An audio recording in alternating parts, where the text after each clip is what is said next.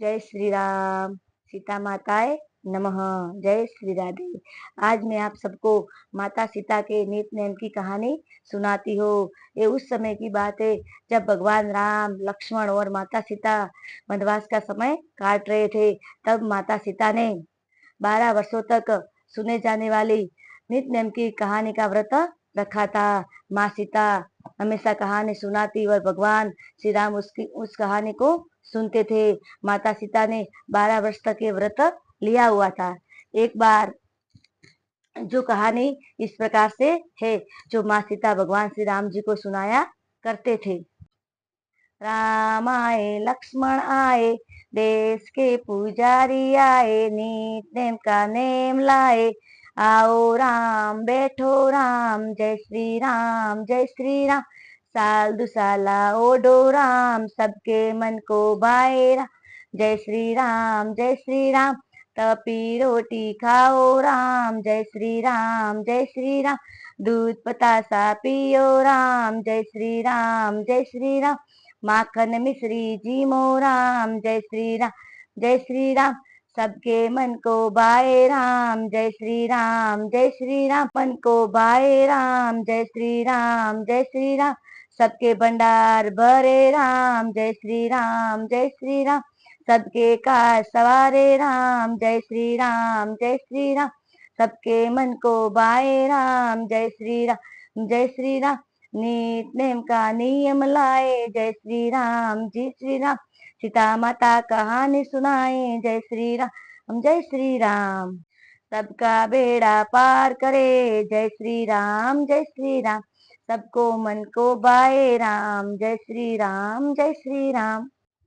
इस प्रकार से सीता माता राम जी को कहानी सुनाया करती थी और भगवान श्री रामचंद्र उस कहानी को सुना करते थे।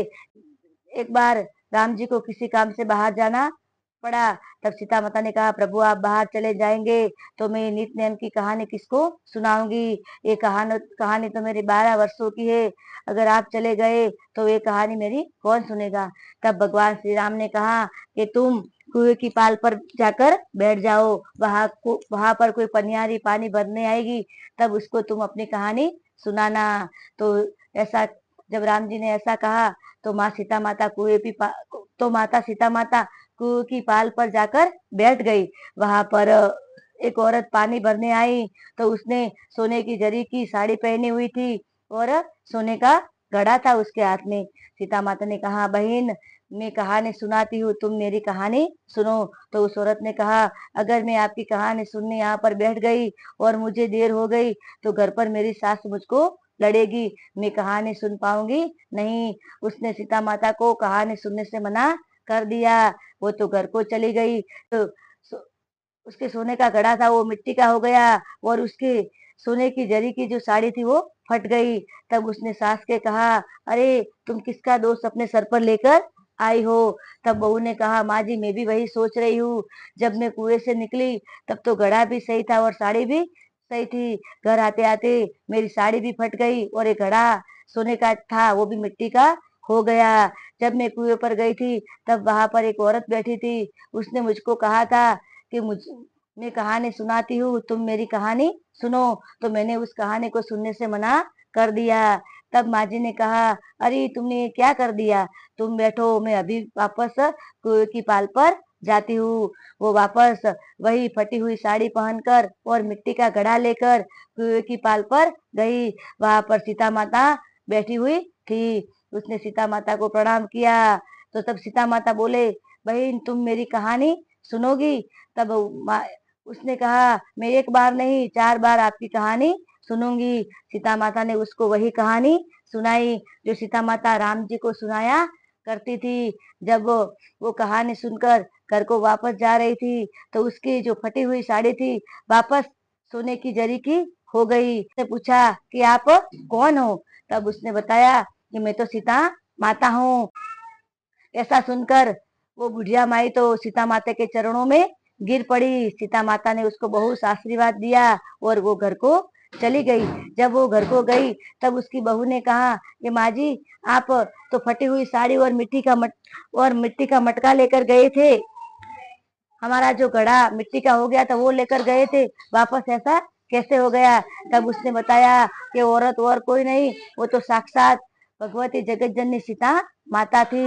और जब मैंने सीता माता की कहानी सुनी तो उन्होंने मुझे ढेर सारा आशीर्वाद दिया, और जो मिट्टी का घड़ा था उसको सोने का बना दिया वापस, और जो साड़ी फट गई थी उसको भी वापस सोने की जरी की बना दी। तब से सास बहू सुबह जल्दी उठकर सीता माता के नित नेम की कहानी सुनने लगी। सुबह जल्दी उठकर पानी का लोटा भरती, तुलसी जी के क्यारे पर बैठती, दीपक जलाती, और हाथ में आखा रखती और सीता माता की कहानी सुनती। ऐसा करते करते उनको बहुत समय बीत गया। एक बार उनकी पड़ोसन उनके घर पर आँच लेने आई। उसने कहा कि बहन मुझको थोड़ी आँच देना।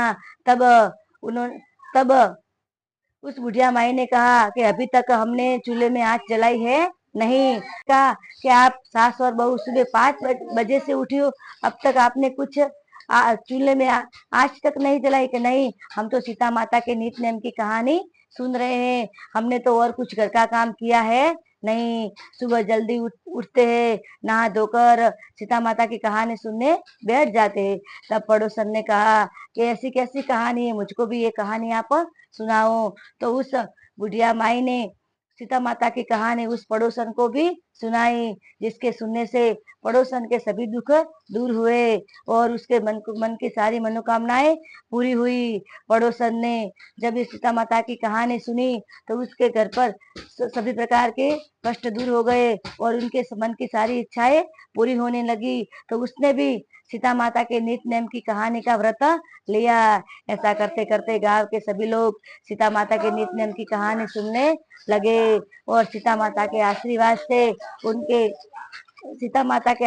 से सबके मनोरथ पूरे होने लगे। ऐसी पतित पावन सबके दुख को हरने वाली ये सीता माता के नित नेम की कहानी है। इस कहानी को हम सबको सुनना चाहिए। जय सीता माता की जय हो। श्री रामचंद्र भगवान की जय हो। जय श्री राधे। जय श्री राधे।